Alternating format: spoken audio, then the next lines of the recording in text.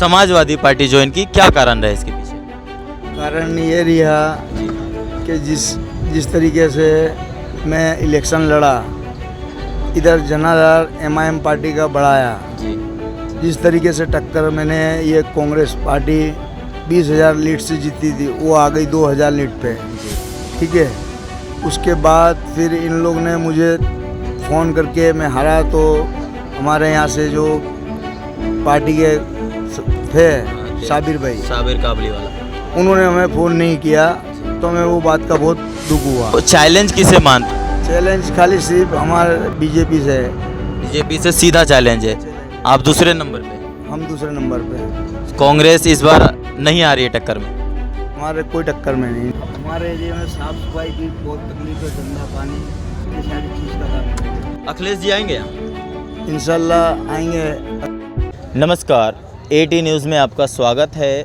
आज हम हैं गुजरात में, गुजरात के अहमदाबाद में बापू नगर विधानसभा, जो काफ़ी चर्चित है इस वक्त, और चर्चित है और भी इसके बहुत सारे कारण हैं, वो आपको धीरे धीरे हम बताते हैं। पहले तो आप ये जान लीजिए कि गुजरात के इस बड़े घमासान में, गुजरात में बड़े बड़े दिग्गज नेता बीजेपी से हो या कांग्रेस के हो या एमआईएम से हो, सारे बड़े दिग्गज नेता अफरा तफरी में लगे हुए हैं गुजरात चुनाव के पीछे।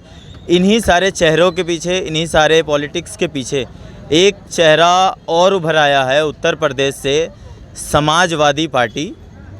जी हाँ, समाजवादी पार्टी। अभी तक आपने नहीं देखा होगा, बापू नगर विधानसभा में एक उम्मीदवार हैं समाजवादी पार्टी से। उनका कुछ बैकग्राउंड हम अगर बताएं कुछ इस तरीके से, तो वो पहले एमआईएम में थे और फिर अभी समाजवादी में हैं, और वो इस वक्त कैंडिडेट हैं बापू नगर विधानसभा में।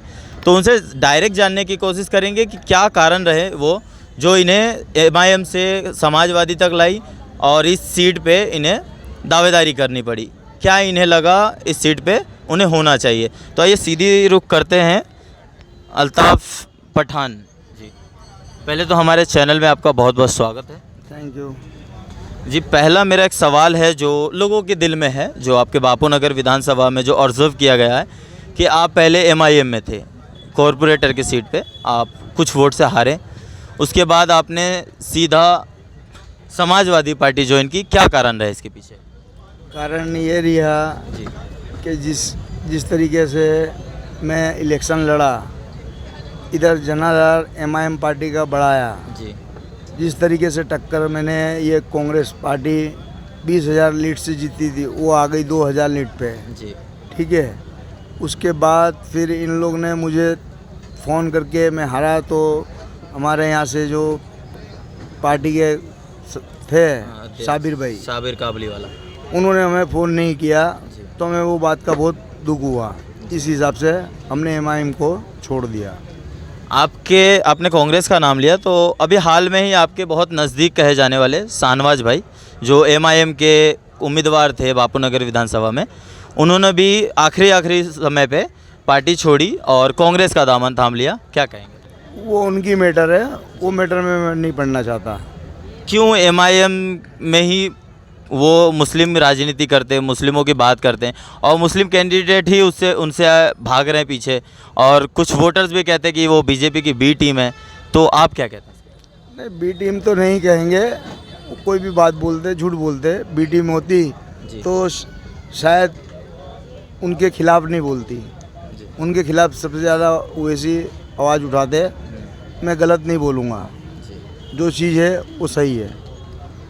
तो अब जैसा कि देखा गया है कि अक्सर ओवैसी जी जो हैं वो मुसलमानों की राजनीति करते हैं। जैसे बीजेपी पे आरोप लगता है कि वो हिंदुत्व की राजनीति करती है, वैसे ओवैसी जी के ऊपर भी आरोप लगते हैं कि वो बी टीम की तरह काम करती है और मुसलमानों की बात करती है कि बापू नगर विधानसभा में भी आए तो सिर्फ मुसलमानों के एरिए में ही घूमे और लोगों के पास नहीं गए। कुछ लोगों का ये भी कहना है।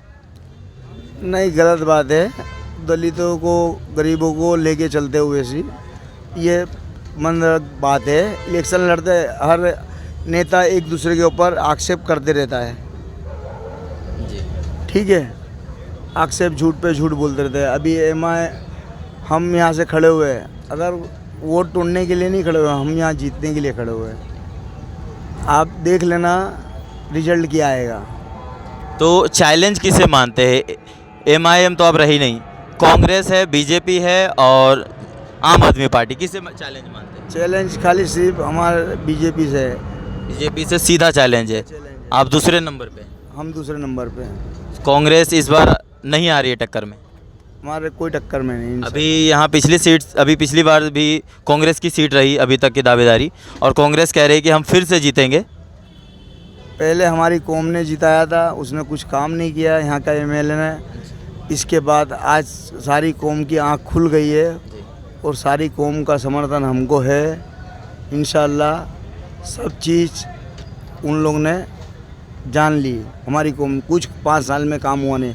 12.5 साल तक के ये सत्ता में था हिम्मत सिंह ने कुछ काम नहीं किया। सिर्फ 2.5 लाख रुपए बजट हमारे विस्तार के अंदर इन्होंने दिया। आरटीआई आप निकाल के देख लो, 5 साल में सिर्फ 2.5 लाख रुपए। 2.5 लाख रुपए। तो इनका कहना है कि जो कांग्रेस का जो काम है वो अभी पिछले 5 साल में इतना नहीं रहा है जो इस मुस्लिम बहुमल इलाके में होना चाहिए था, वो उन्होंने नहीं किया है। इसलिए अब वो जो समाज है, जो मुस्लिम समाज के लोग उन्होंने पिछली बार जिताया था, वो अब अपना रुख कर रहे हैं, अपनी उम्मीदवारी सामने कर रहे हैं और अपना उम्मीदवार सामने कर चुके हैं। तो एक सवाल और है कि अपने जनता के लिए, बापू नगर विधानसभा के लिए 2 ऐसे वादे कीजिए जो आप काम जीतने के बाद जो उनके लिए जल्द से जल्द करें। इंशाल्लाह इसका रिजल्ट कुछ भी आए, हम एक कब्रिस्तान का काम करेंगे, ठीक है। और हमारे एरिया में साफ़ सफाई की बहुत तकलीफ है, गंदा पानी, ये सारी चीज़ का काम करेंगे। और मैं जीत गया, अल्लाह ने मेरे को जिता दिया, मेरी कौम ने मेरा साथ दे दिया, तो इंशाल्लाह मेरी कौम मेरे को याद करेगी कि मैंने इलेक्शन लड़ा, इनका काम किया। फिर मुझे प्रचार करने की ज़रूरत नहीं पड़ेगी, मैं प्रचार करे बिगड़ जीत जाऊँगा। आपने लॉकडाउन में भी बहुत लोगों का मदद किया, जो प्रवासी मजदूर थे, जो श्रमिक थे, उनका काफ़ी ज़्यादा मदद किया, उन्हें खाना दिया। उसका मैं इकलौता गवाह हूँ। एक तस्वीर आ रही होगी स्क्रीन पे, जो मैं इकलौता गवाह हूँ। उस वक्त में मेरी भी काफ़ी मदद हुई थी। आपको याद नहीं होगा, मैं तस्वीर दिखाऊंगा तो आप भी पहचान लेंगे। तो आपकी जो छवि रही है लोगों के मदद करने की और लोगों के काम आने की, उसकी वजह से आपका वोट बना हुआ है। तो उम्मीद करते हैं, आशा करते हैं कि ऊपर वाले से दुआ करते हैं कि बापू नगर विधानसभा में आप जैसे नेता आए और इस बापू नगर में हरा भरा काम हो, साफ़ सफाई हो और सारी दिक्कतें दूर हो, उम्मीद करते हैं। और एक लास्ट सवाल, अखिलेश जी आएंगे यहाँ? इंशाल्लाह आएंगे अखिलेश जी, क्योंकि मोदी जी भी महामारी में लगे हुए हैं, वो भी टूट पड़े हैं। राहुल जी भी भारत जोड़ो यात्रा छोड़ के आ चुके हैं, केजरीवाल तो यहीं रह रहे हैं। नहीं तो अखिलेश जी भी इंशाल्लाह आएंगे। अखिलेश जी आएंगे इंशाल्लाह। क्योंकि अखिलेश जी के बारे में पूछना इसलिए ज़रूरी था कि बापू नगर विधानसभा में 50% तो नहीं, आप 15% ऐसे लोगों मान लीजिए जो यूपी और बिहार के लोग यहाँ रह रहे रेसिडेंसी, तो उन लोगों के लिए अखिलेश यादव एक बहुत बड़ा चेहरा है और बहुत फर्क पड़ता है किसी स्टार प्रचारक का। तो चलिए वीडियो को हम लोग यहीं ख़त्म करते हैं और वीडियो कैसा लगा आप कमेंट करके बताएं और हमारे चैनल को सब्सक्राइब करें, फेसबुक पेज को लाइक करें। धन्यवाद।